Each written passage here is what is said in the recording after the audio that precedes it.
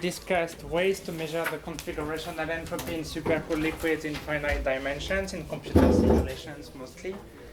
So we started by thinking about the potential energy landscape because it gave us ways to count something, and the something was the number of inherent structures in the system potential energy minima. And we developed the formalism for this, and we got simple formulas to get an estimate of the configurational entropy from the potential energy landscape.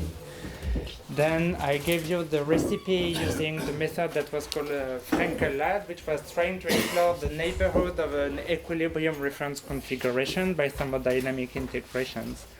For these two methods, we run into the problem that if you have continuously polydispersed systems or multi-component systems, you have to deal a bit more carefully with mixing entropy. And I told you about all these paradoxes of continuous polydispersity. Yes. Thanks. Thank you for the... I told you about this paradox for continuous polydispersity systems where the mixing entropy was formally divergent. So we had to think more carefully about what was the glassy state and what was the entropy of the glass state, because you have to account for some particle permutations in the glassy state. So we continue our exploration and visits of methods to define the configurational entropy in finite D systems, and we'll discuss the implementation in computer simulations of what you've been hearing all these 2 weeks about the Franz-Parisi potential. Okay, the Franz-Parisi potential is the quantity that has appeared in all lectures mostly. So in mean field it was notice V of Q, so this free energy as a function of the overlap between pairs of configurations. And as you've noticed in the calculations and in the lecture I gave on mean field, V of Q was an important piece of the physics because it encodes essentially almost everything about the random first order transition theory. Okay? So again, the overlap is defined between a reference configuration and a copy of the system. So you have the positions of n particles for the reference configuration that you are free to choose, and then you have the positions of n particles in a clone of the copy. And we define the overlap several times. So I think Francesco is using the mean square displacements between the 2 copies, between the reference and the configuration. In spin model, you would get the spin-spin autocorrelation functions between the 2 copies, and I defined it already at the beginning. It turns out that for computer simulations, it's really convenient to use something like this, where this is the Heaviside function. You introduce a microscopic length scale like this, Ri minus Rj in the reference configuration. Okay? Where the length scale A is a fraction of the diameter, and in the computer simulations that we've done, we always choose something which is a fraction of sigma, which are close to 0.2, 0.3 sigma. It's of the order of the cage size, this plateau height that Francesco has been discussing as well. Okay, so this quantity would be 1 if the configuration and the reference configuration are strictly equal, because that would be 0, the delta function would be 1, and that function would be 1. Okay, so it quantifies the degree of similarity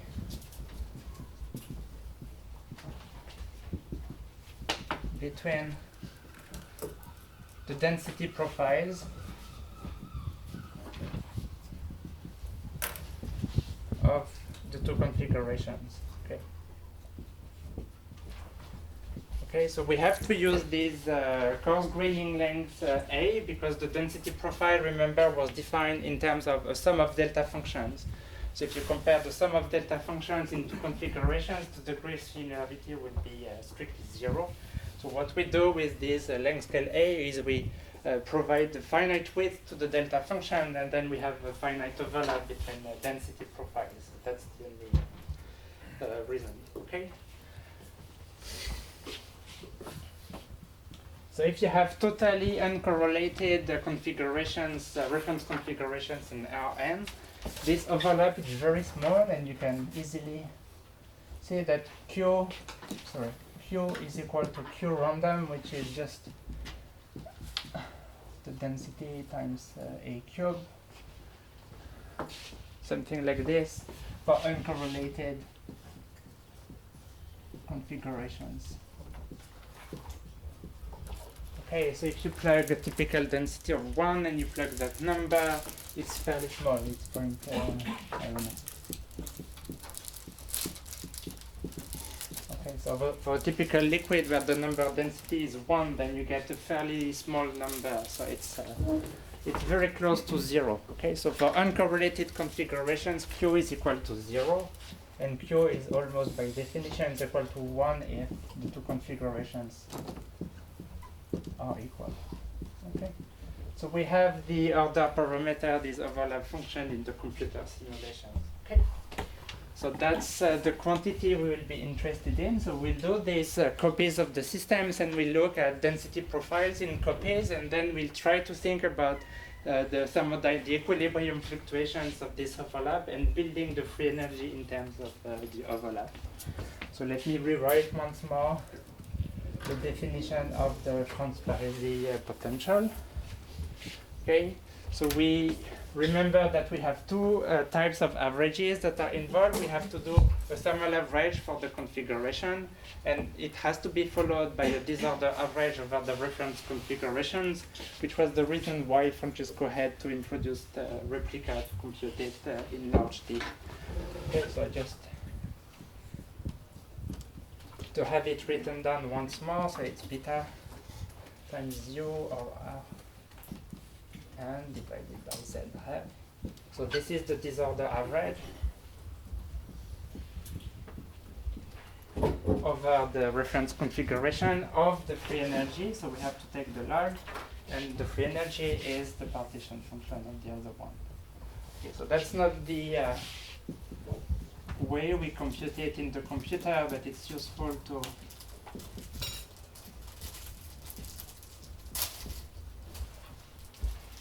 someone's having breakfast.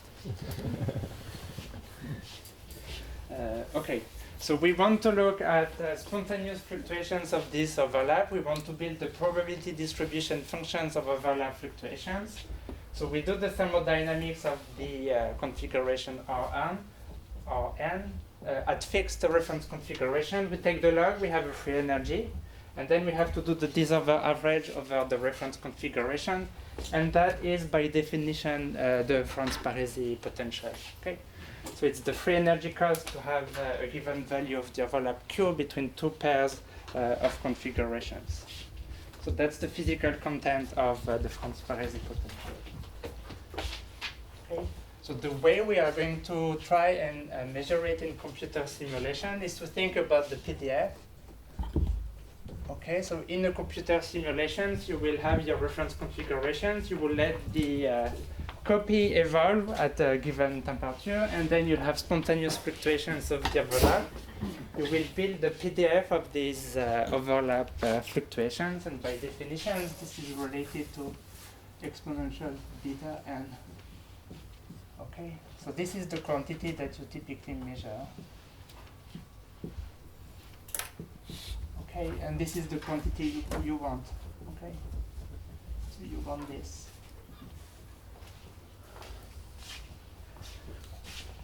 Okay, so you immediately recognize the problem is that you have an n here in the exponential, so you want to probe unlikely events of these spontaneous fluctuations of the overlap. So I'll do a sketch that I'll try to keep for some time to the lab to explain how we do it in practice.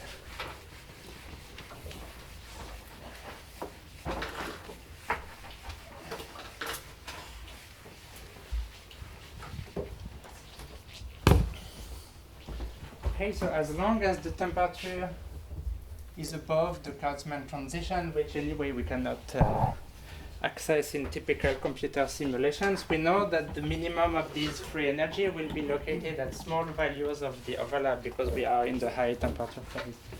So in practice, if you do a measurement of that P of Q in a typical computer simulations, what you'll get is something like this, where this will be centered around the most probable value in your simulations, which I told you was fairly small. Okay, Okay, so maybe I could extend this a little bit. So that would be for very large overlap. And it's typically telling you that if you take, in the equilibrium liquid, if you take two configurations at random, typically they are different. They are so uncorrelated that their overlap is close to 0. And if you take many of those pairs, then you get just a Gaussian distribution, or close to a Gaussian distribution centered at Q random. Okay, so in terms of accessing the entire, the potential minima of the difference Parisi potential, you're dead already. Okay, so in ordinary simulations, you don't measure atypical fluctuations of the overlap. Okay, so you cannot do it brute force. You have to be a bit more clever. And the idea of this has been discussed many times by Eric.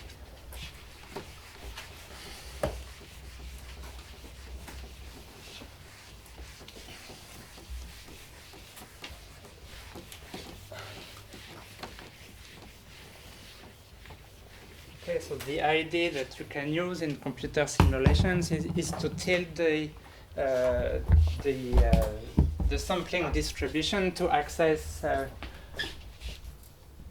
fluctuations of the overlap that are typically unlikely. So if I took the log of this to see, you would have a few decades and you would have a Gaussian distribution here. But if you extrapolate that Gaussian and you say, how likely is it to have an event at some value of Q, which we say 1/2, for instance, you would fall into the 10 to the minus n. So it's scaled with the system size, so it's typically very unlikely. Okay, so the idea is to bias the simulations.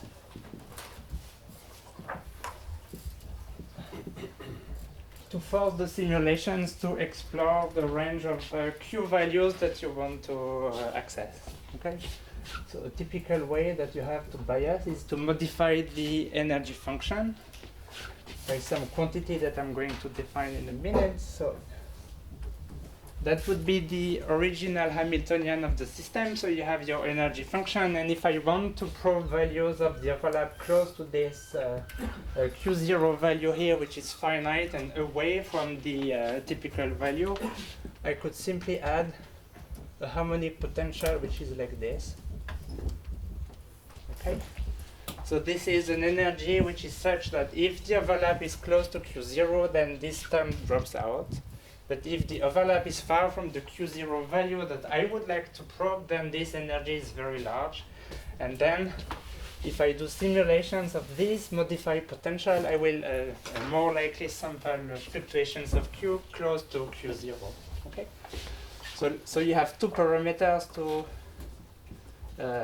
so this is an arbitrary form. You take the harmonic potential because it's simple to define, but the details of that biasing potential really don't matter at all. Okay, you just add a penalty for fluctuations away from a given range. So you play a little bit with these two parameters, and you do simulations of the biased Hamiltonian.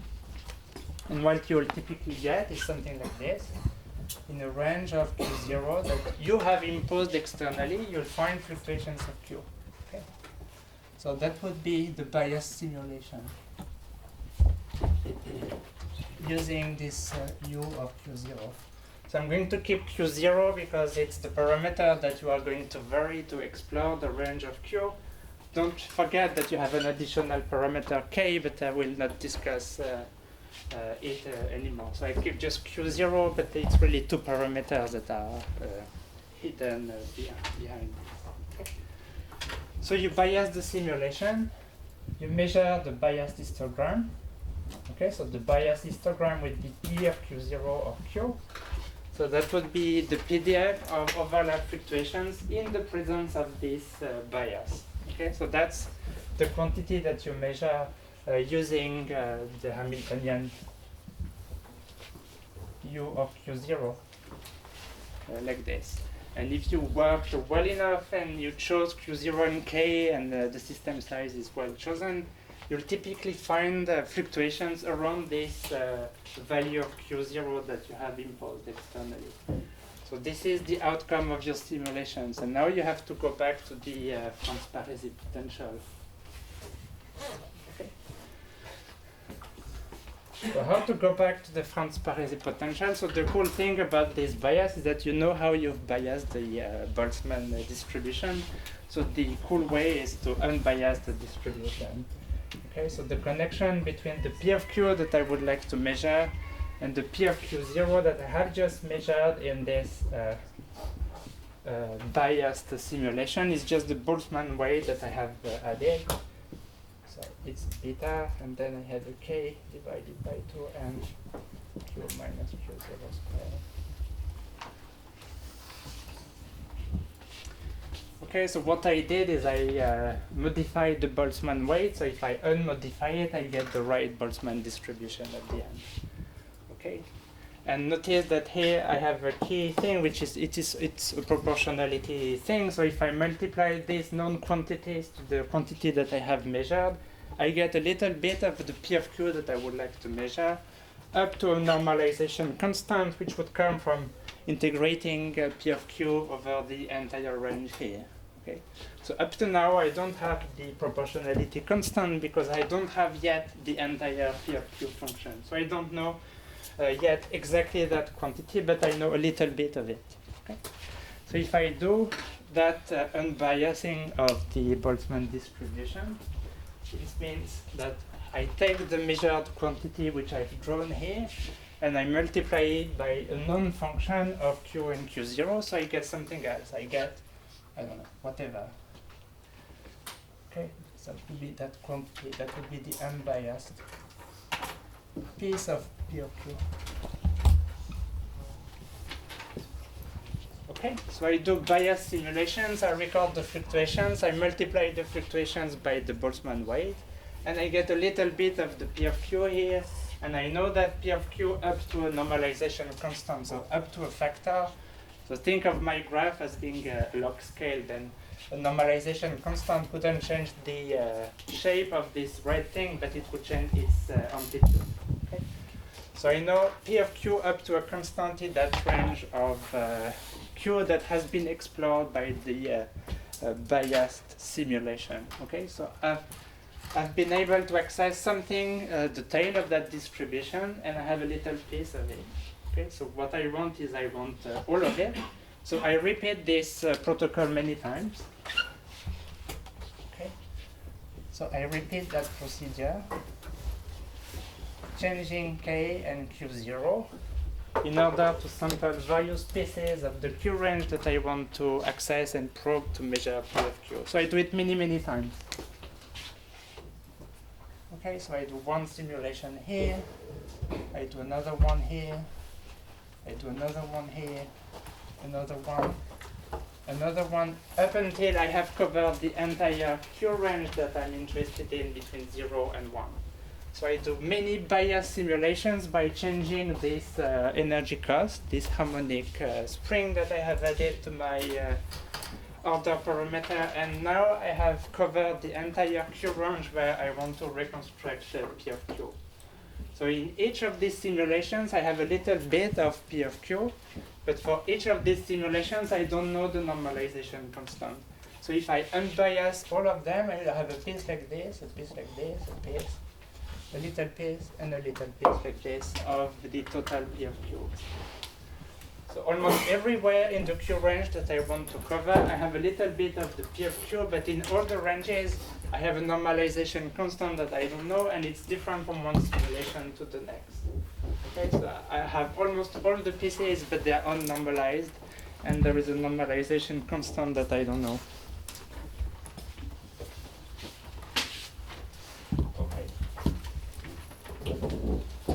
So now you have two possibilities to finish the job. You have to either find the normalization constant or try to avoid the trouble of having to find it. And I'll describe schematically the two possibilities.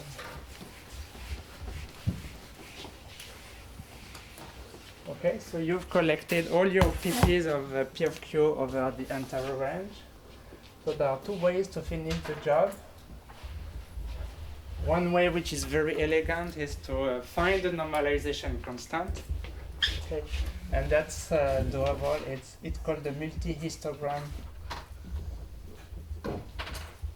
reweighting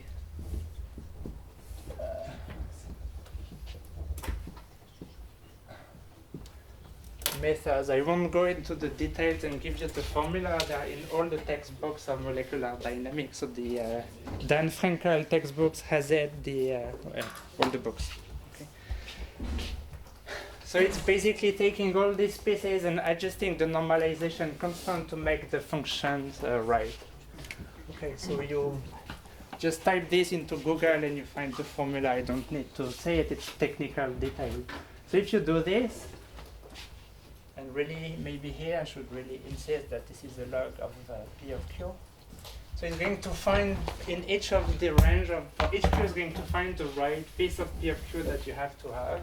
So that would have been my normal simulation. Wow, like this. Okay, and if I collect all the pieces in red like this and I normalize them properly, what I'll get is pieces like this. And I go below the line because it's a very unlikely event. It's really non-typical Q fluctuations, and that would be my Q equals 1. Okay, I'm essentially shifting vertically all these things to make my function continuous. This is what it's doing. And once you have this, then you have access P of Q over the entire range of Q. And again, if you have, say, 100 particles and you look at the probability that you observe these fluctuations of Q, it's 10 to the it's 10 to the minus 200 or something like this. So this you would never see in ordinary simulations. So you bias, you see it, and then you count what would be the probability to observe it in the original system. Okay, so that's the most automatic way, and then if you've seen the poster that Benjamin, I finished the second way, and then I take your question. If you've seen the poster of Benjamin, then you realize that there is a quick way, a cheap way to do it, is that if you know the function up to a constant, then the best thing to do is to take the derivative of the function and get rid of the constant, and this is what Benjamin is doing. Okay, so from the P of Q0 of Q, you could define the V of Q0 of Q, which would be, again, by taking the log of, so this guy would be exponential minus. So let me erase what we did. Okay, so you could define the potential VQ0 of Q by the biased simulation. I had defined, I hope, a W of Q, which was my K divided by 2, Q minus Q0 squared.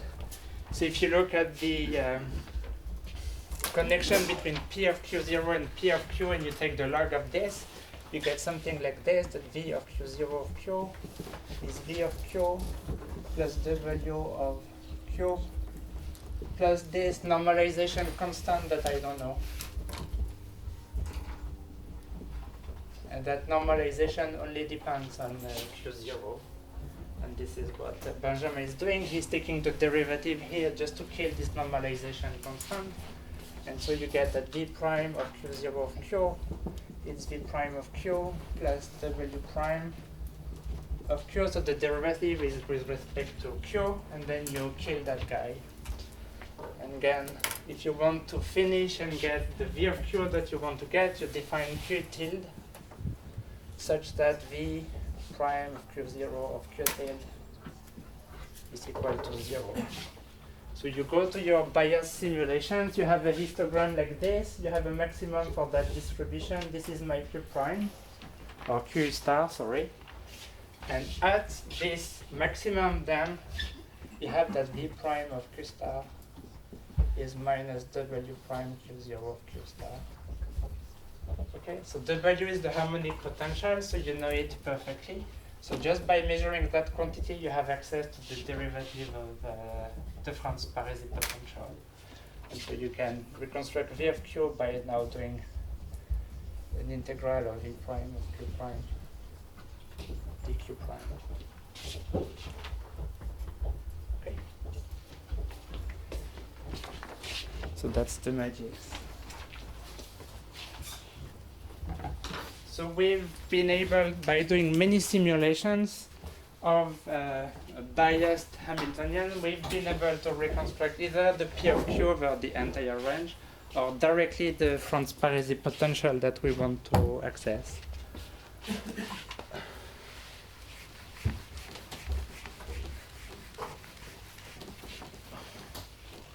And so the Franz Parisi potential is essentially this one. I already took the log. So what I have to do now is I take the minus sign, and that's the Franz Parisi potential. Or because you already took the log at this level, then you already have it. And so at the end of this thing, you have 0, you have 1, you have the Q random somewhere here. So by construction, you'll have a minimum here, and then you have this tail that you have measured up to Q equals to 1. Okay, by gluing together all these pieces of information, you've been able to reconstruct P of Q. So that's how you get the V of Q in a computer simulation. Maybe I should have said this. These methods to measure free energy over the range of the order parameter is called umbrella sampling. So this is what I've just described today. Okay. So that's the method. I think it's okay. I had one question by Pierre, and then I take your question. Yeah, does the error accumulate when integrating over the different? I think we are not making any error.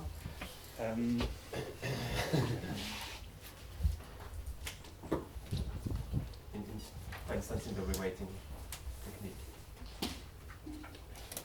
The reweighting technique. So it's a good question. The reweighting technique is based on the idea that if you do many simulations, at each Q here you have information coming from all of them potentially, and the reweighting method is really taking the a linear combination of all the informations you have by your many simulations, trying to minimize the error. Okay, so if you have a very good measurement of the value of P of Q here from this one, and it's in the tails of the other two, it will mainly take this one. So it's a way to really minimize the error you're making at each Q value. So that's the essence, that's the definition of the reweighting method essentially. Regarding accumulating errors, I haven't thought too much about it, but maybe the equivalent bit in the way Benjamin is doing it is that you're only measuring one thing here. You're measuring the position of the maximum of that distribution. So this is where each simulation is a sense sampling most. It's the most likely value that you'll measure in each of the simulations. So I guess this is the point that is the less sensitive to errors in each of the bias simulation. So again, we are just taking the I think the information that has less noise. And it's true that if you make mistakes here, then you'll propagate them probably a little bit. So in a sense, in the integral here, in the discretized version of this integral, each point is one simulation. Yes. Okay. Yeah, so maybe I should have said this. I mean, to get this for many temperatures and stuff, you have to do this. You have to divide your interval. In each interval, you do careful simulations to measure one point. You need all these points to reconstruct one curve. And then you have to do the disorder average over many reference configurations. And you're done with one temperature. There are papers that analyze that. It's not a complete trivial question. It depends also how you pose it, whether you want to have fixed computational costs, just how many windows you put, how many copies per week, etc. So we do something very empirical when the results seems to be not independent on the way we have measured it, then we stop. And that's where the art of the simulator comes in. You want to do what Eric does, but just by looking at the data themselves. Okay, so we are almost done. Oh no, I had that question. Yeah, I have a question on how you impose the bias. So the way you've defined Q has this theta function inside, and it seems like if you do this, then there are no forces pointing the particles towards that. So how does it relax to the state Q? It's true. True. Well, when we started those simulations years ago, we were using Monte Carlo simulations, so you don't need forces. You have 0 1s, you move the particles, and you can evaluate the the theta function with and with before and after the moves. That makes no problem at all. Now Benjamin wanted to use molecular dynamics, so the theta function was not a nice thing because, as you just suggested, if you take derivative, you have a problem. So I think what he did is replacing the theta function with a very picked Gaussian function. Then you can take the derivative, and indeed, if you move the particle away from the Gaussian, it's pulling it back. I guess I'm still confused because you have to get to the state Q naught in the first place. And it seems like it's really unlikely for the particles to just land there. Well, that's the beauty of it. It's unlikely for the original system, but it's very likely for the bias system. That's why the bias system is useful, is that the most likely value that the bias system is going to explore is precisely Q0. And that's why the distribution of the bias simulation is centered at that Q0. But that Q0 would be very unlikely for the original system. That's the essence of the method. Okay, so if you don't get this, you don't get the method at all. Okay, so you want to probe unlikely fluctuations. If you wait in an ordinary simulation, you'll never access it. So you don't wait, you just bias the sampling, you measure something, and then you estimate how much it would have taken you to get there. Okay. So it's coming back to what you just said. When you say that the most likely thing that you probe is Q0, it cannot be exactly, it's Q star, which must be different from Q0, otherwise we would do nothing, right? Yeah, so you put Q0 and then you see what the system does and it goes to Q star. Exactly, which is very close to Q0, but not Well, it Q0. depends on how strong is the spring constant, so that's where the spring constant is useful. Okay. So maybe some comments, and I'll probably try to show you some real data on the slides in 5 minutes. So now what we want to do out of this, we hope that somewhere here we can define the configurational entropy, which I didn't call sigma in that context, but okay, so we have to define what is this Q glass, and we have to estimate the configurational entropy by the difference between the liquid state and the metastable glassy state. So that was the essence of the definition of the configurational entropy in that business. So I wanted to get there to tell you a few things. That we did that construction without ever thinking about the lifetime of the metastable states. Okay, so we didn't discuss metastability. So we didn't have to go through again this idea, do they exist, don't they exist? How do we define the something that we count? We didn't have to think about the mixing entropy. Okay, so we didn't have to worry too much about it. So that's solving that problem almost automatically. We didn't have to think about the potential energy landscape. So that works for hard spheres and soft spheres alike. So all these problems that we had in the other methods, they don't arrive at this. In this method, and I should speed up a little bit.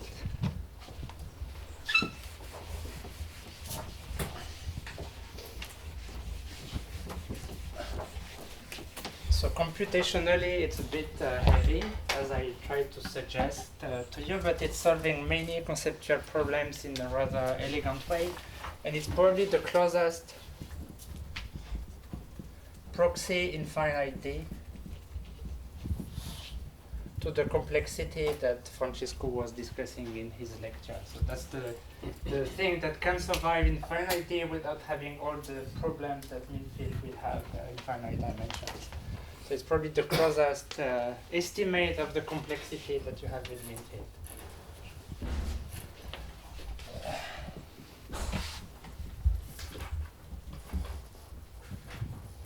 Okay. So that's the final small section, which I will make even shorter, maybe for this, to go to the next thing. So we discussed the point-to-set correlation length scale in different lectures, and I understand that Francesco is going to talk about it again tomorrow. So if you go through this argument that I have explained in the mean field, in my lectures on mean field theory, which is related to the paper that we discussed this morning at breakfast with Fazan. So that's the paper by Giulio and Jean-Philippe Bochot, year 2004. which you like very much, Farzan. It's on the table there. You have this purely static argument where you do the thermodynamics of a finite size cavity. So I repeat it just for the sake of the argument. So you take your reference configuration, you freeze everything outside, so that's the reference configuration, and you do a thermodynamic calculation for what the interior of the cavity is going to be. And we went through this argument, and we found that there was some crossover length, which I have changed notations in the lectures. I think I called it sigma with the surface tension divided by T sigma. And then I didn't have these exponents, but they are like this. Okay, so we found this correlation length, this crossover length, and the meaning was like this, that in cavity sizes that were smaller than this, the system inside was confined to stay close to the reference configuration. And for systems that were larger than this one, the configurations inside the cavity would be exploring many different states. And that's the crossover length between those two things. And we discussed a little bit those exponents. I think in my lectures I was using the surface exponent that had trivial value d-1. So if you plug d-1 here, you realize that this point to set length is proportional to 1 divided by T sigma, the complexity of the state, so directly.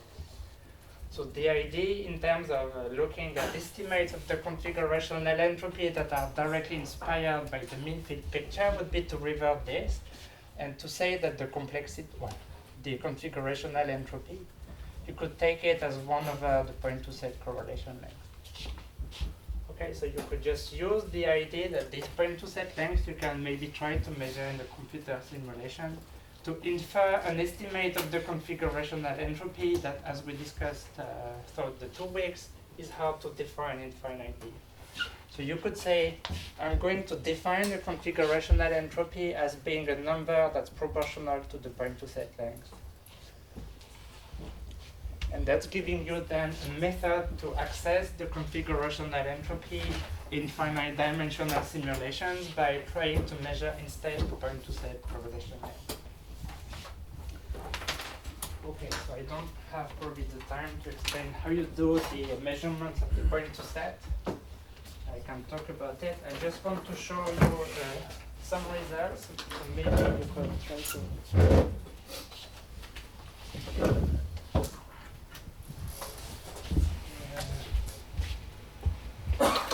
And if it doesn't work, I go to the next lecture.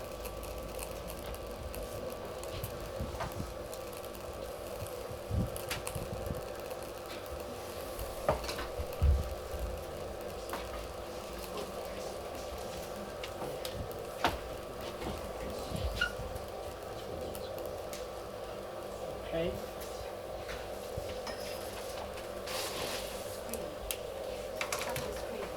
What? Okay.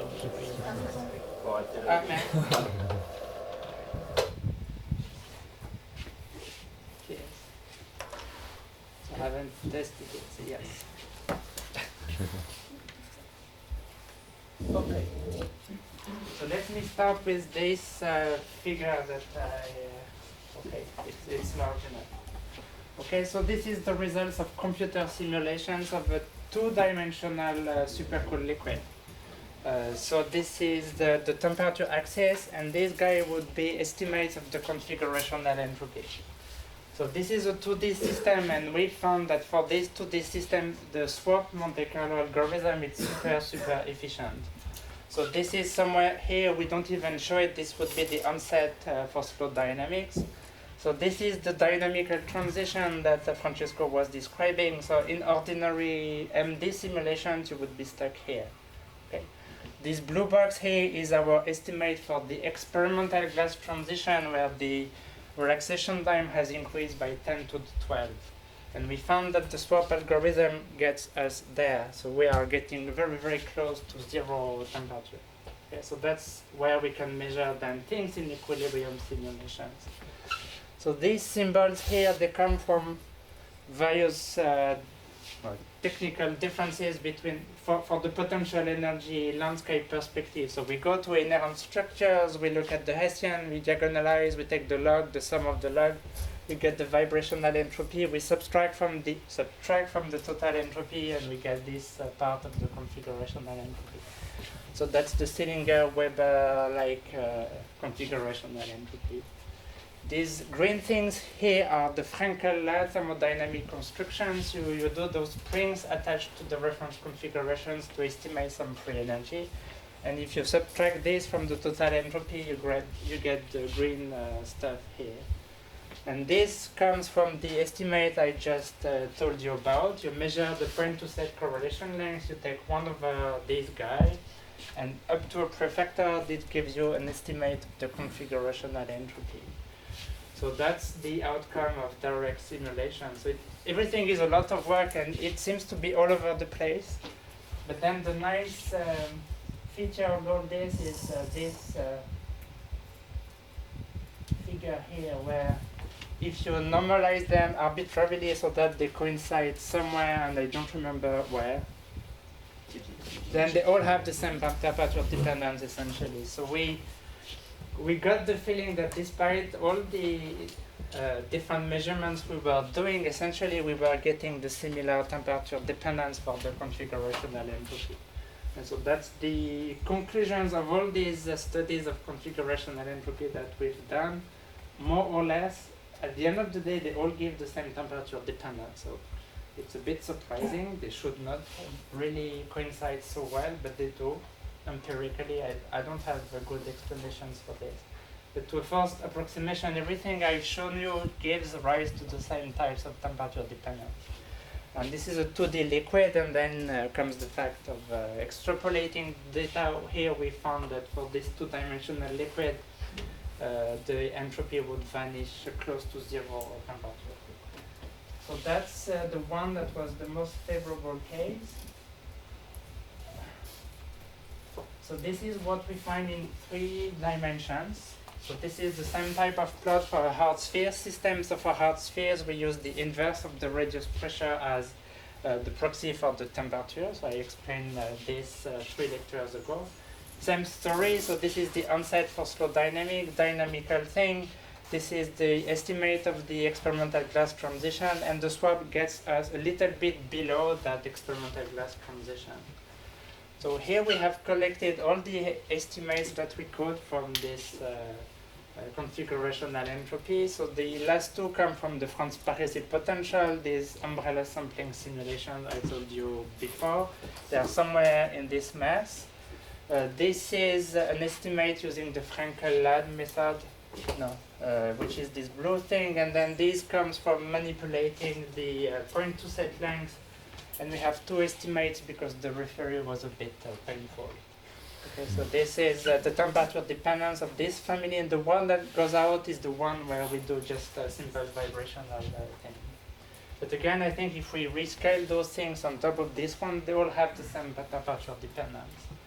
And for that 3D system, if we look carefully at the temperature dependence of that thing, then it really wants to vanish at some finite temperature, which is basically the Kaufman observation of 70 years ago, now reproduced with quantities that we believe are really true, excellent proxies for the configurational entropy that should indeed vanish at the Kaufman transition. So all the arguments related to inherent structures and hard spheres and the crystal of hard spheres, they have been pushed away. We don't have to go through them again.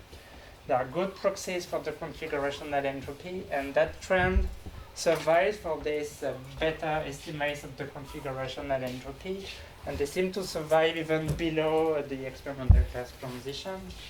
So this is, in a sense, the best evidence we have for now that something like the Kaufman transition could indeed occur in finite dimensions.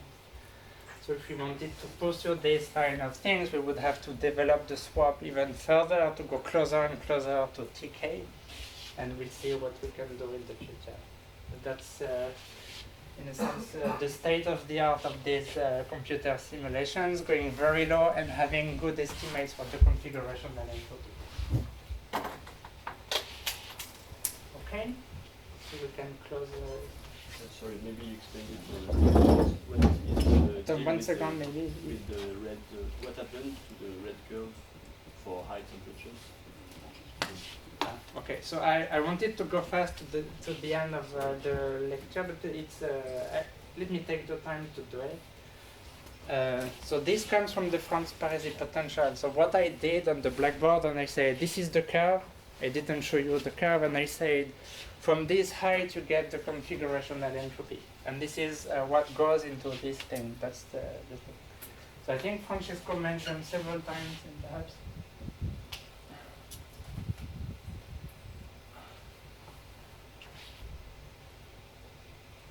So this is how the data really look like. So instead of my sketch. So this is the Franz-Parisi potential measured exactly as I described before.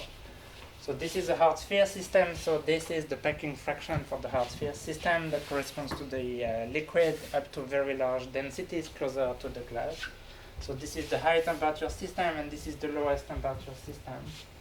So we've all sketched the Franz-Parisi potential in the most optimistic manner, which has a minimum something like, okay, and this is the cartoon that we all did in the, well, reality is not quite like this. So this is reality. So try to estimate the height of the second minimum. You can't because it doesn't exist. And the reason it doesn't exist is the one we've been repeating all the time. This would exist in the mean field system, but in a finite dimensional system, the best you will have is some kind of Maxwell constructions between the two minima. Okay, so it's not even obvious that you have something happening here. So clearly that distribution is not a Gaussian. It's closer to something that is a straight line. So it's an exponential type. And if I'm a bit optimistic, if you look at, it's too small. If I had the stick and you put a stick here, you have a little bit of non-convexity here because the system size is finite. Okay, so defining where you measure that thing, it's ambiguous. So the way you do it is you don't watch this and you guess at what points you have to measure. We do the other part of the Franz-Parisi constructions. We use this biasing field that we call epsilon, where you try to tilt that pair potential to induce a first order transition, if you remember this. So remember we had this metastable thing, and I said if I bias in favor of this one, I can induce a phase transition. So you can guess that if you do this for that one, you will induce this first order transition. If you do it for this one, it works. If you bias this one, you don't find a phase transition anymore. So this is how we define the position of that guy is by inducing the first order transition, seeing where it's jumping in Q space, and this is where it jumps. And to a good approximation, it's a constant. But for the highest temperature, it doesn't jump, so we can't measure the configurational entropy. So we have hit here, and then it stops working, and we don't have a configurational entropy here. That's why the points are stopping. And I think they don't really stop. They really go up here, and then you start measuring the configuration. And so we put those points so that it looks like the Francesco type of figure as well. Yep. And you're not getting below the Gardner-Ellis transition. The what? You're not getting below the Gardner-Ellis transition. Nope, because all these points are taken in the liquid. So we want to measure the configuration and entropy in the liquid. So if we wanted to do Gardner, what we would do is we would go to super large pressures in the hard sphere system in equilibrium conditions, and then we would follow that glass as Francesco was following glassy states down to super large pressures. And on the way between the equilibrium liquid and the infinite pressure jam state, there would be something like a Gardner transition if you're lucky. And this is how the studies of Gardner were done. You start from here and you compress to infinite pressure, and you try to detect the Gardner phase transition in between those two extremes.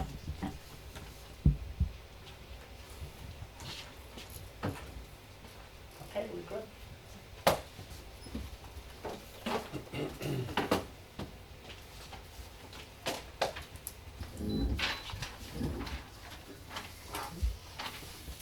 Okay.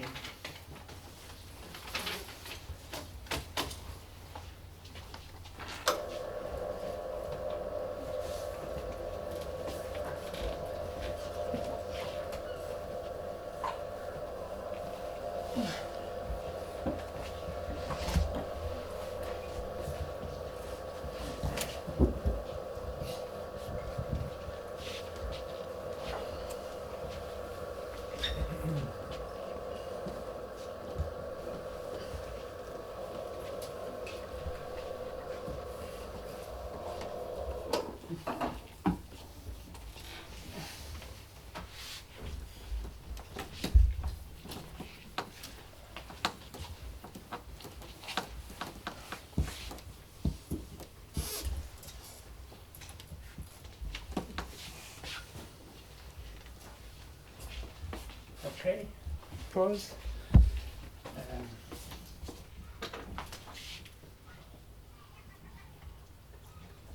I was trying to think a little bit in my head what part I'm going to skip and what's coming. Okay, so this is chapter 6, where we go to the amorphous solid. So I told you a lot about how to study the liquid, how to simulate the liquid in equilibrium conditions, for instance, using the swab. So we'll go a little bit into the glass, and there are a few things that I would like to say, mainly to connect my lectures with what Andrea has been saying and what Francesco have said. So I'll try to say just a few things, avoiding repetition. Okay. And my favorite system to discuss the amorphous solid is this WCA potential that we have been discussing many times.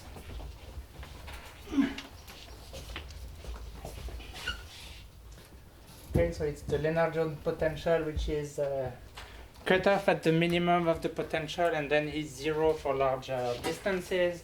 And the reason I like it is what I'm going to discuss in a minute.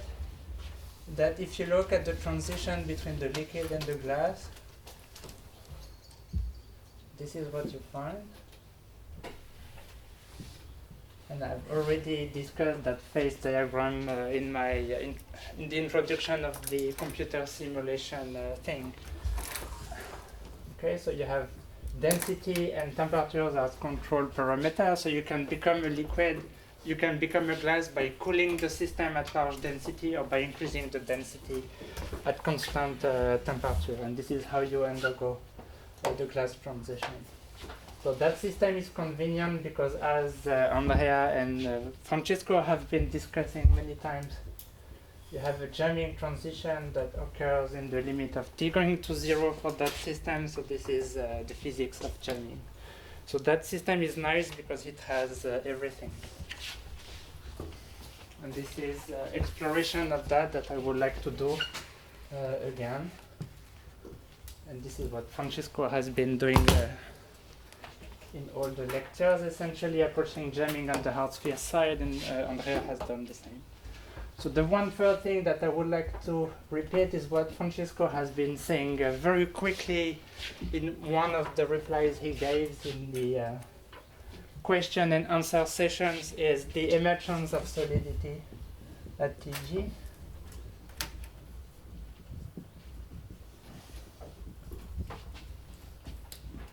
Okay, so this is my bullet step 1 in this phase diagram. So the guy who does the kite, it's always step 1, step 2. And when he goes to the next, he says step 2. It's really funny, it's always step 1 and 2. Okay, so step 1, we enter the glass, and the system is a very viscous liquid, and it's becoming a solid below the glass transition. So that would be my TG line in a sense. So how do you detect solidity, and what does it mean? So a quantity that you would like to measure is the shear stress, okay, which in terms of the particle positions and degrees of freedom, it would be written like this. So let me write it at least once. So you have a kinetic component to the shear stress, which is alpha and beta would be the directions of space. And then you have a potential term which is just related to the force. So you have sum over I, sum over j larger than I, and this is Fij alpha, Rij along beta. Okay, so that's the quantity of interest, that's the shear stress into the system. And this the quantity that Francesco, I think, has sketched the other day is the correlation function that you base on the spontaneous fluctuations of the shear stress in the liquid, and that would be the quantity sigma alpha beta of T, sigma alpha beta of 0. Okay, so in the liquid, where the system is liquid and isotropic, the non-diagonal part of the shear stress would be on average 0 because the system doesn't know which direction, it's isotropic. So that correlation function at large times in the liquid, you split the two averages, the average is 0, so that will go from some value at small time, which is the square of the shear stress, the average of the square down to 0. So if you plug this again as a function of log of t, this correlation function, it would start from a finite value, and in the liquid it would go to 0. And as we will approach the glass transition, so that's my favorite glass transition figure, this thing will exhibit a two-step decay with a stretch exponential, a slow dynamic, so that's approaching Tg.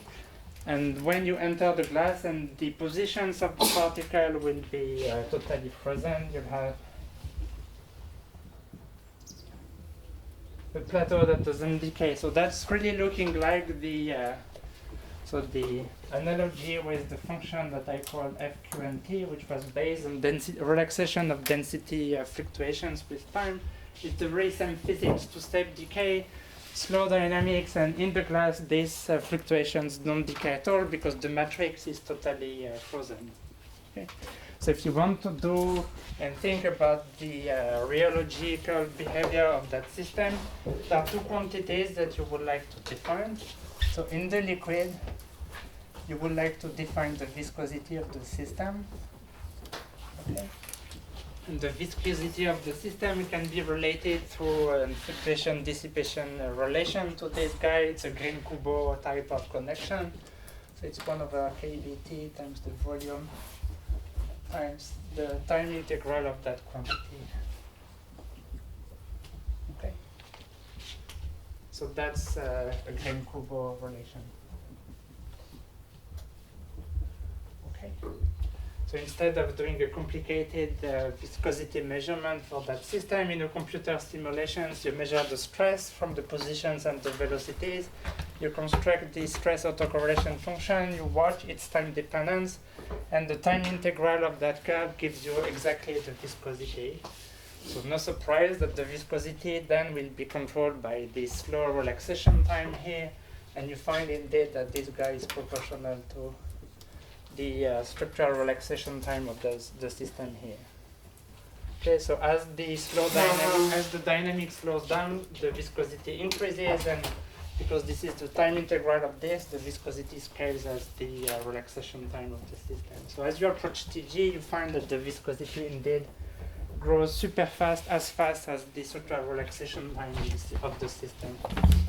Okay.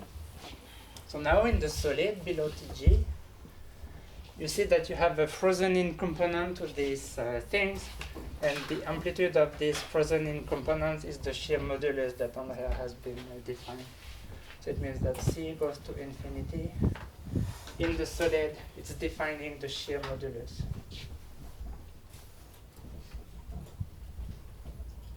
Okay, so it means in the frozen phase, the shear modulus of the system, it's a function of temperature, and it's related to this amplitude here. And the shear modulus quantifies again the linear response of the system to the application of a small deformation of the box. So if you were to deform a little bit the box, this guy would quantify how much the stress would increase in the linear response regime. Okay, so this is how the supercooled liquids become super viscous, and then it becoming a solid as you cross the glass transition. So in terms of the solidity of the material, this is what's happening. So this is temperature. So this is the glass transition. So on one side, what you have is you have a viscosity that grows super fast, as fast as this guy. So you have the diverging, rapidly growing viscosity, and the fate of this is related to the temperature dependence of that guy that we have been discussing in lecture 1. You can decide what functional form you want to fit, whether you have to extract finite temperature singularity or not, this empirical phase. And in terms of the shear modulus, what you would have is that when the system is frozen, then the shear modulus would be finite like this. Okay, so there is a murky area here where we don't know what the system is. Okay, so in this regime, close to TG, we don't know whether the system should be described as a solid or as a liquid, because it's a very viscous liquid. So it has a large viscosity, and at the same time it almost has a shear modulus, but we know this is going to decay eventually. So it's not totally clear how to define the shear modulus where you are in the regime where you make the transition between this and this. And this is essentially set by how long you can wait in your experiments to decide whether the system is a liquid or should be described as a solid. So there are tens of papers of simulations and experiments that try to describe the onset of the shear modulus at the glass transition. And by the explanation I just gave you, I don't see the question. It's the discontinuous versus continuous emergence of a shear modulus. It's really a non-question to me, but nevertheless it's been asked many times.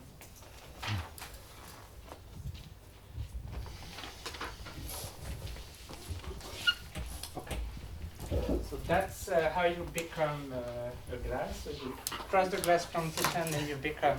So why did you say? I mean, isn't it like saying whether the let's say the plateau is continuous or discontinuous, like is a spin glass-like or glass-like? So I understand the question is valid within models where you have phase transitions. So you think about the mode coupling transition, the dynamical transition. You have this, up until a temperature where this timescale diverges, and you ask right after this dynamical transition, what's the shape of the correlation function? So within a theory that has a sharp phase transition, like MCT or the dynamical one, you could say the shear modulus is 0, and it jumps discontinuously across the transition. I have no problem with this, it's well defined. Experimentally, and people were fighting on experiments on this, it's really like this, that you measure no plateau, and there is a crossover below which you measure the plateau. So it's a rounded form of what I said, but it's nothing but saying that the dynamics approaching the glass transition has a two-state shape, so it's not deeper than this. I think one big problem in this case is that when you look at like so density correlation, the plateau is big compared to the short time part. Mm-hmm. When you look to the stress correlation, even for example in field, if you look to the poster of Alessandro, Yeah, so this is, the plateau is very small and the short time part is very big. So you are trying to figure out if there is a small plateau emerging discontinuously or continuously. No, I think nobody doubts that there is a plateau, and I mean, if you look at FQ and T, if you look at the wrong wave vector, the plateau will be smaller as well. Nobody contests that there is a plateau. There is a wave vector where you have where you see the plateau very well. Yeah, so it's true that this guy is related to the lowest. But the stress correlation is a very small plateau. So even if it's Yeah, why not? continuous and blah blah blah, it's very blah blah blah. Okay. No, it's true. I mean, I think we all agree, and there is no debate about this. But technically, it's difficult to measure. And this, I think, the reason why some experimentalists have asked that question is because they had developed, for instance, methods using confocal microscopy to access that quantity. So once you have the method, you have to find the question. So shouldn't, in theory, viscosity keep increasing all the way down to TK? So say that again, sorry. Shouldn't viscosity keep increasing all the way down to TK? At least, if TK exists, and if it doesn't exist, it will increase all the way down to 0 temperature. So what's the fate of this? It depends on how you choose to extrapolate. You're right. Same for G.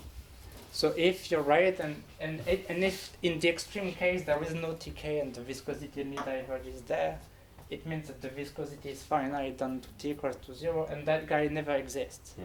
So the only reason why it exists is what we have been trying to discuss in some way. It exists because you cannot measure the fact that this guy eventually will decay, because it decays on such large time scales that you don't see it.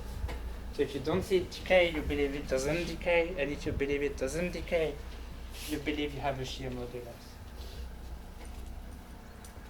Okay?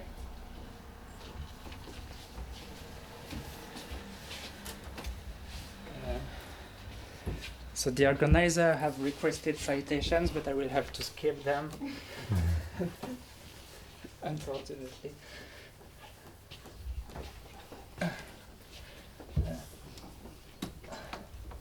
So maybe I'll put the paper on the. It was not exactly the one that we discussed. It was another one that I thought it would be. So I wanted to ask the question through solids, and that's almost the title of the paper that Giulio co-authored. So that was the question about if the temperature is finite, can you have solids that don't flow? That was, I think, related to that question. So I think I'll just put the paper. I'll put the setup, I'll give you the answer, and I put the paper there, and you can ask Giulio about it later. So the question was like this. The question that they phrased was, so this is my piece of a glass. Okay, so this is my glass. And we say the shear modulus is related to the response of the glass to a small deformation. So that's okay. So that's a small deformation. Okay, so it's quantified by gamma, which is the relative displacement. So this is x, and this is L. Okay, so you impose that small deformation of the system. So as we said, the shear stress should be proportional to the shear modulus times this small deformation. Okay, so the question that was asked in this the paper by Giulio and co-workers was, what if I applied this small deformation to a glass or whatever solid at finite temperature, and I measured that thing? What's going to happen at long time? Is the system going to respond with a finite shear and modulus? And what's going to happen at t going to infinity? Okay, and the question they were asking is, does it flow? Does it can flow or not? Okay, so that's the question that they were asking, and the answer that they provided is, yes, it does. Okay, so I wanted to describe this reasoning, and the essence of the argument is that if I do this and I wait for an infinitely long time and the temperature is finite, eventually the system is going to lose the stress and the stress will go back to zero. And the solid is going to relax in a finite time. But it does in a finite time. Okay, so it means the system that I've tried to describe as a solid here. So let's assume that the viscosity was diverging at some temperatures we discussed, that these guys would have been well defined, because I have a sharp phase transition here. I take that solid, I deform it a little bit at finity, and I wait for an infinitely long time. Does it flow? And the answer was yes, it does flow.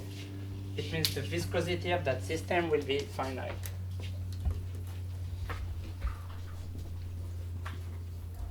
As well. Okay, and let you think about it. Ludovic, Yep. how does this time scale with system size and gamma? I think with system size it's fine. It's the dependence on sigma which is interesting. But it does not diverge with the system size. That's key to this. I mean, it's independent of the system size. Okay. So it works for real systems in finite dimension. It's not a mean field thing that we are debating here. We are discussing finite dimensional systems. So the finite time is really for a large system. Okay? And with gamma? With gamma, I have to skip this. With gamma, it's an extremely singular dependence with the sigma, so with the stress. Okay. So that's the key of the argument. So the paradox is like this. We started from a solid, but we deformed the solid and it flows as a liquid. So that's the paradox that I would like to think a little bit about.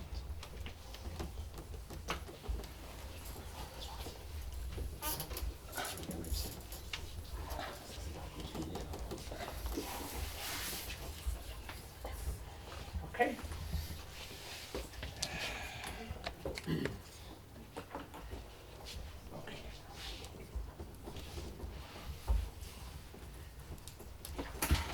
So we were discussing what's happening when we cross the glass transition.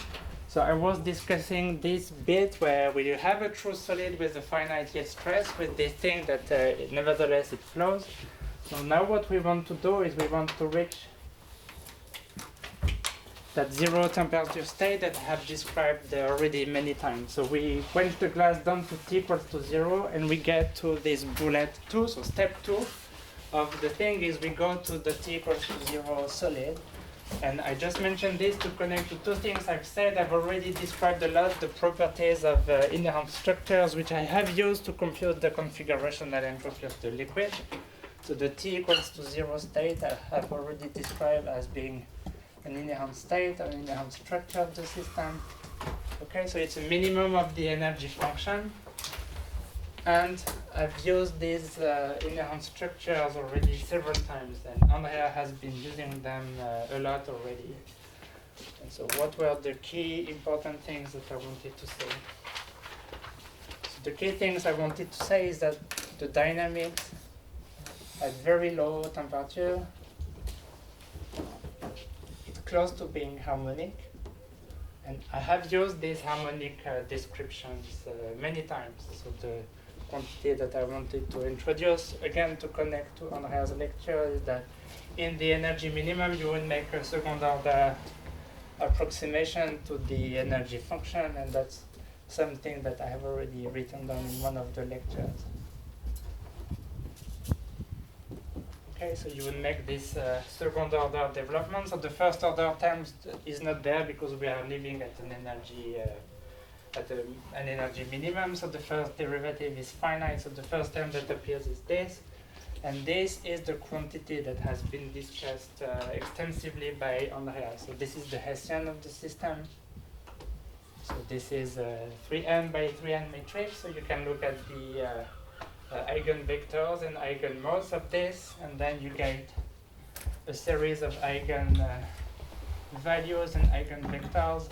And this is what Andrea has been discussing a lot. Okay, so we have 3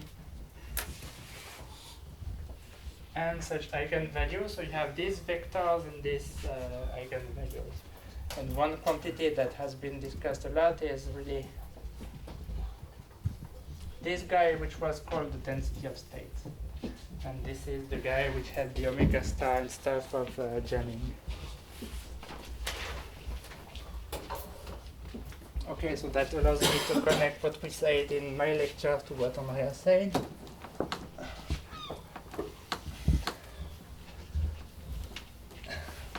And she also discussed a little bit, a few things related to the eigenvectors themselves. So once you have the modes, because you work to diagonalize the matrix, you have all the knowledge you want about the system. In particular, the modes, they give you the speed of sound, longitudinal and transversal speed of sound. They give you the sound damping, so how sound is attenuated in glasses. So G omega gives you the boson peak that has been discussed extensively. So all these quantities have been discussed. So these are the sound velocities. Okay, they give you the shear modulus, the bulk modulus, everything can be reconstructed from the modes. Okay, so that's to connect to what Andrea has been discussing a lot. Okay, so for instance, one thing that is obvious from this is this connection between the low temperature dynamics and the eigenvectors, eigenvalues of the modes. So one type of connection that I really like because I've used it a lot. So the G omega you can get by looking at the eigenvalues of the system, but if you don't want to do this because you're too lazy to diagonalize the Hessian, you could also say the following thing, and this holds again exactly the harmonic approximation. So you look at the quantity, which is this one.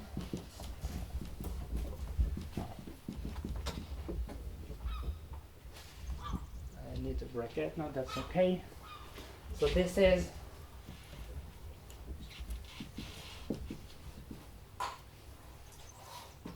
the outcome that you would get in a finite temperature molecular dynamics simulation. So for each particle, you would have a velocity. Out of the velocities, you could build the velocity autocorrelation function. You could average over all the particles. If you take the Fourier transform of this, normalize it properly, this is exactly the Hessian, the density of state that you can get from the Hessian t equals to 0. Okay, so that's just to emphasize and illustrate the fact that if you look at the dynamics at very low temperatures close to these states, then the whole physics is encoded into the eigenmodes and eigenvectors of the system. So that's one way to get the density of state without even thinking about the Hessian at all.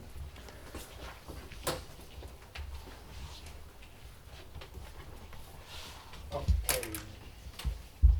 I'm losing this all the time.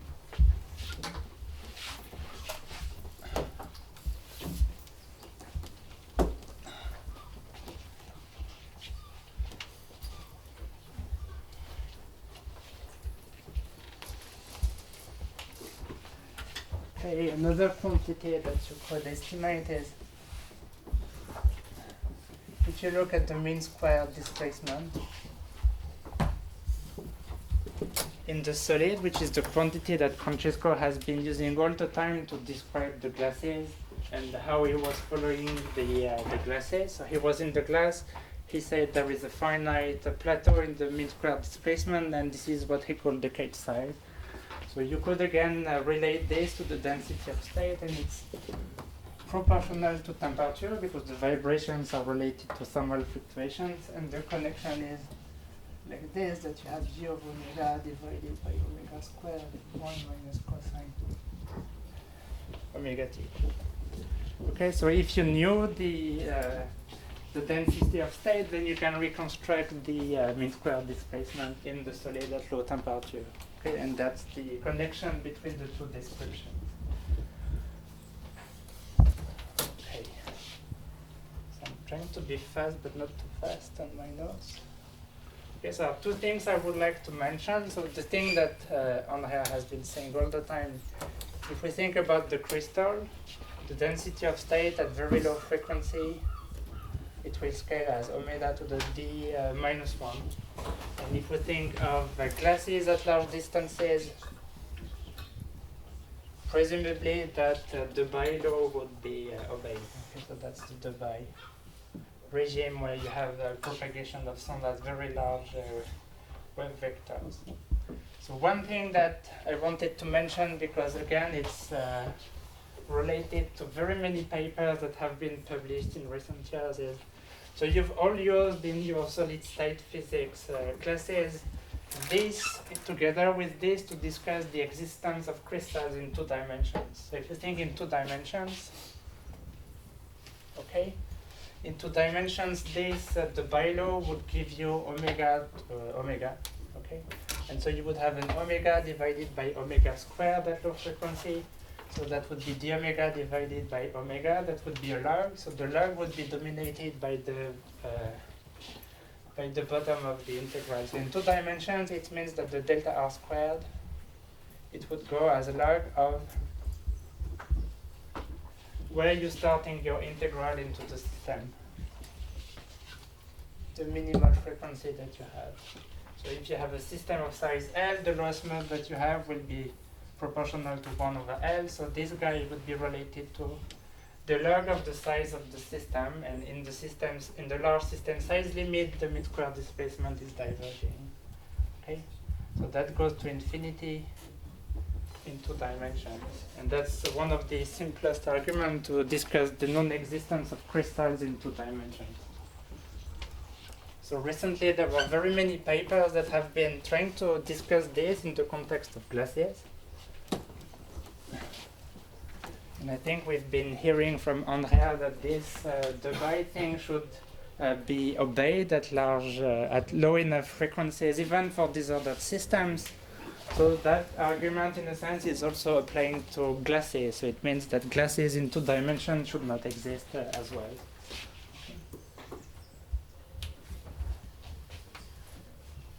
So it means that true glasses and true crystals should not exist in 2 dimensions. So recently, experiments have been performed on 2-dimensional colloidal systems to try to see whether thermal vibrations in 2D disordered solids were anomalous as crystalline solids are. From the viewpoint of theory, I think nobody has really taken that idea too far, I would say. So it's really something that has been unexplored. theoretically. So it's probably worth thinking a little bit. Okay. So I'm going to skip that thing to go to the final part a bit more quickly. Okay, solids near jamming.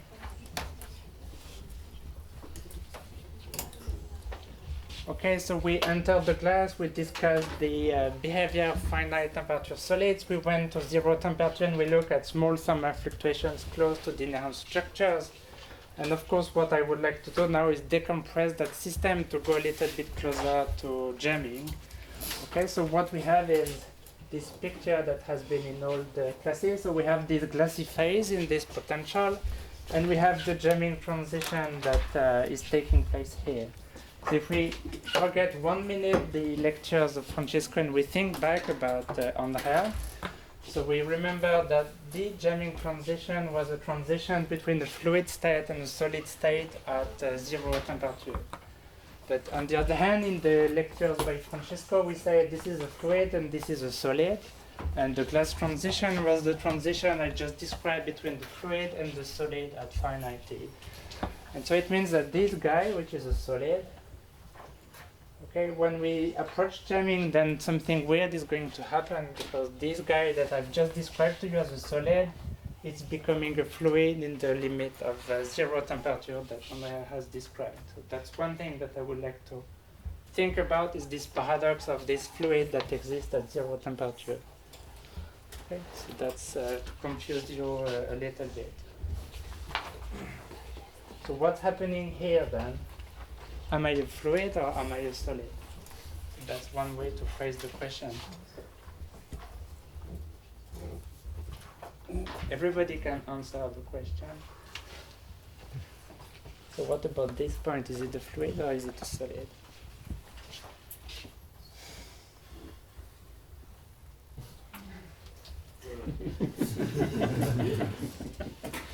Okay, so let's think about the fluid or solid. I think you've been given all the material to understand the question. The second question I would like to address is this one. If you think of the jamming point here in the language of Andrea, so that's question step 2. Okay, question 2 is if we think of the density of state of the system. Okay, Andrea has been saying if I look at the density of state of a system close to jamming, it has this flat distribution, and it's like this because the frequency omega star has been going to 0. And so we are left by the cutting arguments to this very flat distribution of states down to omega going to 0. Okay?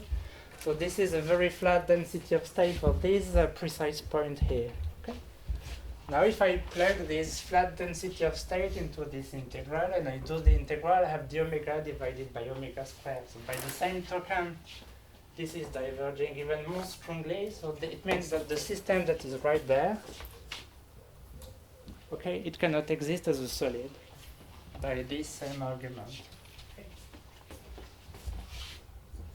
Okay, so the state that I denoted by 2 crosses, is it a solid or does it flow?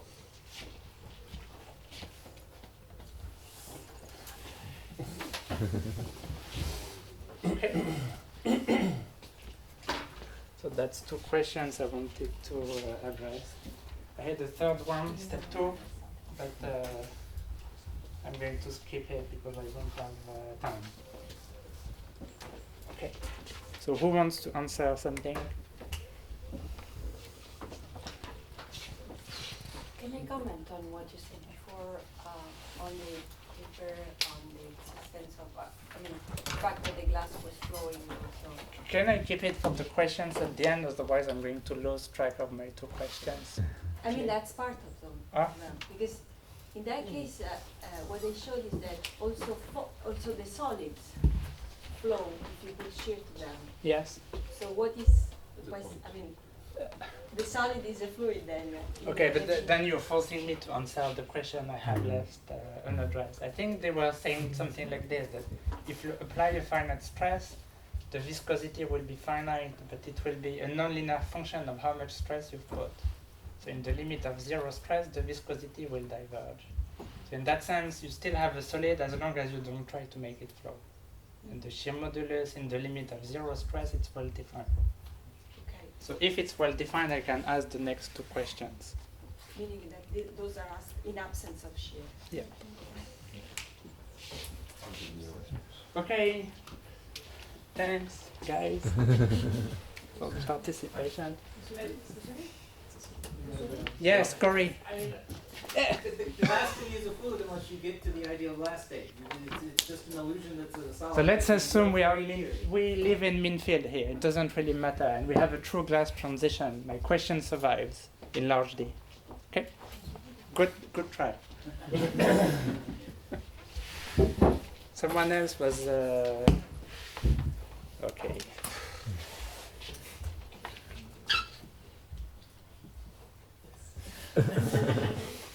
Okay. So why is it both? I mean, you have been given all the clues to understand this. I mean, when we describe the t going to 0 limit on this side of jamming, we have to think a little bit what we call t equals to 0.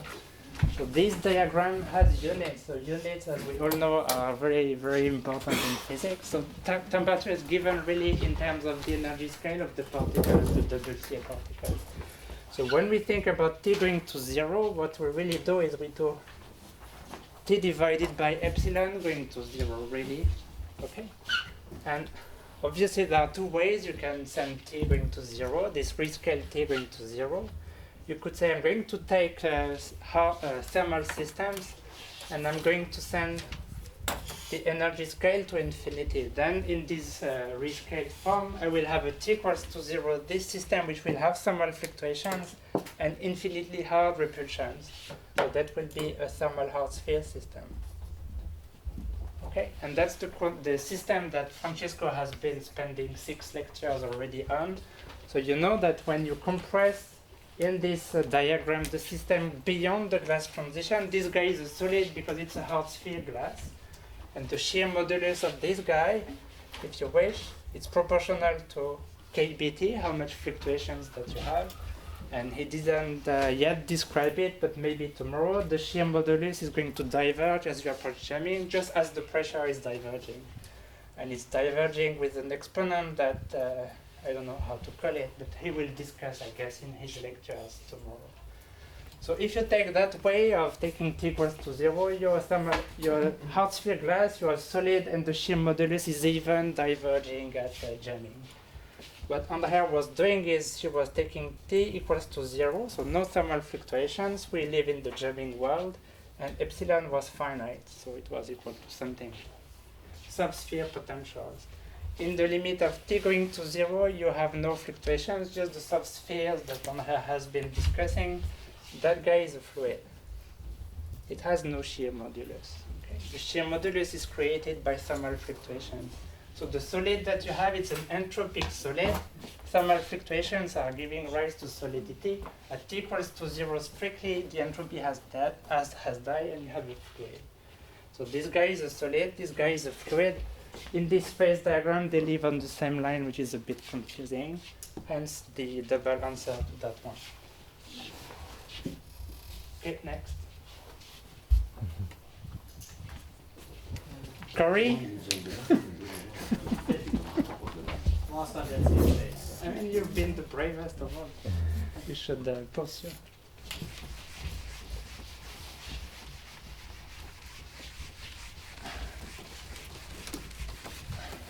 Right above jam?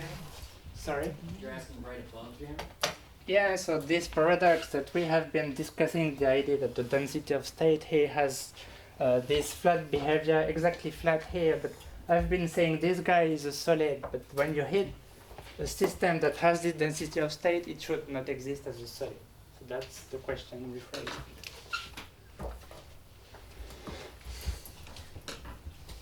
Sure. Maybe harmonic approximation. Maybe harmonic approximation. Yeah, I mean, you're so good. Yes. So the argument against the existence of the solid is you take this, and in the harmonic approximation, you have an estimate of the mean square displacement. And I'm telling you this mean square displacement in the harmonic approximation is diverging. But I think we have been all convinced by Francesco that this was a glass with a perfectly solid thing. So the only possibility is the harmonic approximation. So it's a strongly anharmonic solid. Okay? So it means that right at jamming, there is no regime where the harmonic approximation holds. Okay? So at phi j, there is no T regime where it works. Okay? And Andrea has discussed this in the lecture, in 2 lectures ago, where she has drawn a temperature scale above which the harmonic approximation disappears, and she has been drawing something like this. Okay, that's a line that goes to 0 at jamming. I don't know how to call it. Okay, so that's the temperature regime where the harmonic approximation would exist, and it becomes vanishingly small when you approach the jamming transition. So indeed, if you hit the system at jamming and you measure the density of state of the system at finite temperature, you get like this. It has an omega mean to make the mean square displacement a non-diverging function. Okay. So that's one question I wanted to raise. I'm trying to close my story, but I cannot. Maybe to put one more thing that everybody has mentioned, and I had 2 minutes to say this. Maybe the Garner phase transition has been mentioned by Francesco for hard spheres this morning. It has been a little bit discussed by Andrea, saying we should take it into account. I wanted just to put it on this phase diagram a little bit. So the Garner transition.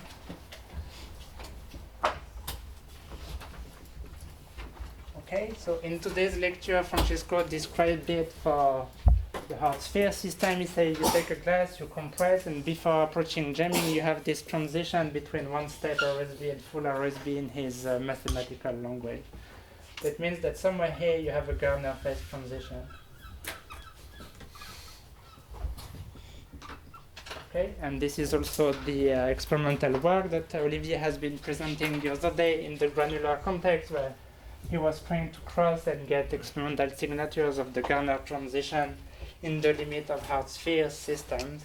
So the Garner phase transition has been worked out in large dimensions for the WCA potential by one of the students here.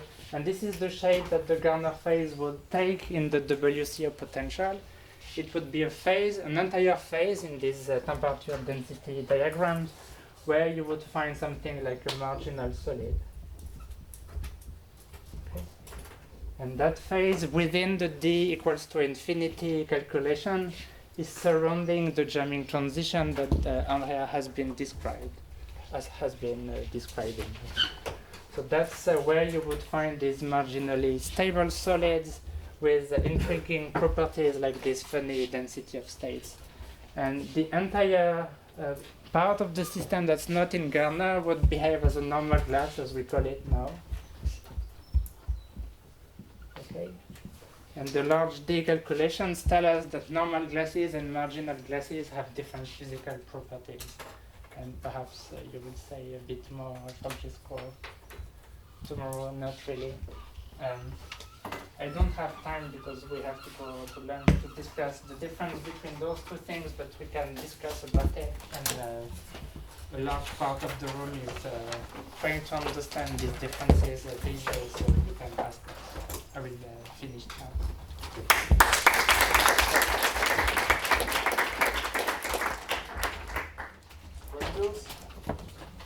Just be clear, the harmonic is below the red line and the antiharmonic is above? Yes, yes. So the harmonic approximation works at very low temperatures, but there is a temperature above which it stops working. About the fluid or solid paradox, is it fair to say that it's not very well posed and that G over T has a finite limit? What do you mean not very well posed? It it's not indicated and like it's not well put on this plot here because you have different systems with different T. Yeah, so what I should really do is I should take the log of that thing. Again, let me remind you what I did. I say this is the phase diagram for WCA potential. For WCA, you have two control parameters which are temperature and densities, and I can vary those things as I wish. Okay. So maybe what your question is, I could take the log of that thing and see what the limit of t going to 0 will look like in the WCA thing. And this is what I'm doing when I do this. I'm really going to super low in temperatures. I keep this finite, but I'm trying to go to super low temperatures in that phase diagram. Andrea is not doing this. She said, I keep epsilon finite, but I put epsilon strictly to 0. So it's t strictly to 0. So if I had taken the log, I would never reach the Andrea type of thing. So that's my...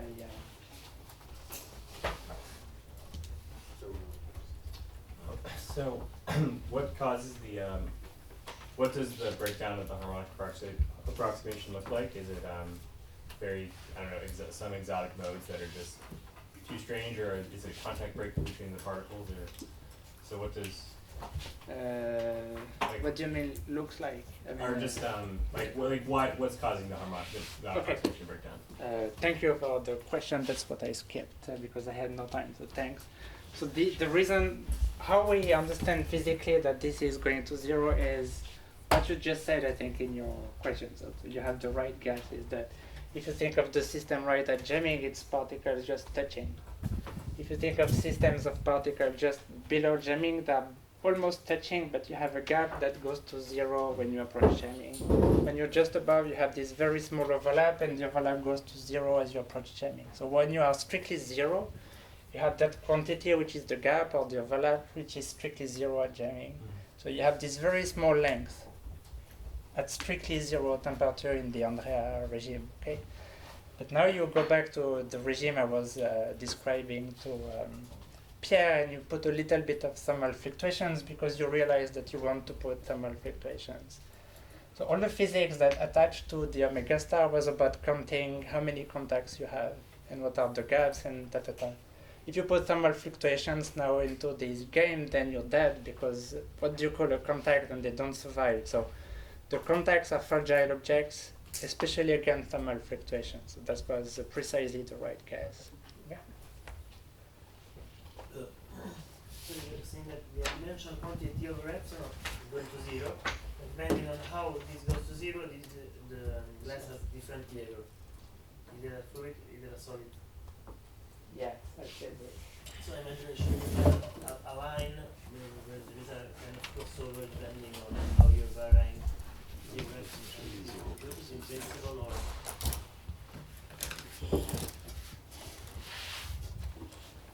no. So the true answer is what I told re-explained to Pierre, is you really have to think of this as a log scale. And in the limit of this going too small but being finite, you are in the regime of Francesco, where you have hard contacts but you have thermal fluctuation. Okay, so you send epsilon to super large as compared to thermal fluctuation. So you have some spheres, but you have so little kinetic energy that they never overlap. So the system behaves as a hard spheres, but the particles have Brownian motion. Okay.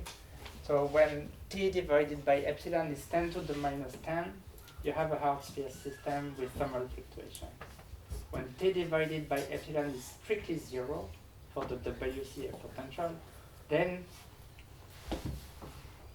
the particles are like this forever and you have no thermal fluctuation. And then you could say, for that system, I'm going to vary the density and see what's happening to these packings, but you've killed completely thermal fluctuations. Okay? so it's a singular point. Yeah, so t strictly equals to 0 or sending to 0 is different. Other question? Maybe just to finish, you could also think about how spheres at strictly t equals to 0, then my rescaled units doesn't make sense, but this is what Olivier's life has been about forever. I mean, this is hard grains, but they have no thermal fluctuations, and I mean, you've survived that 0 divided by 0 thing.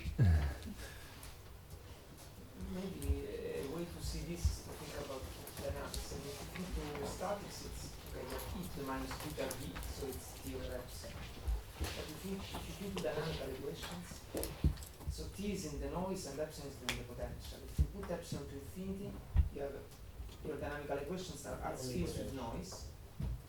If you put T to 0, you have soft sphere without noise. So the dynamics is going to be different. Very different.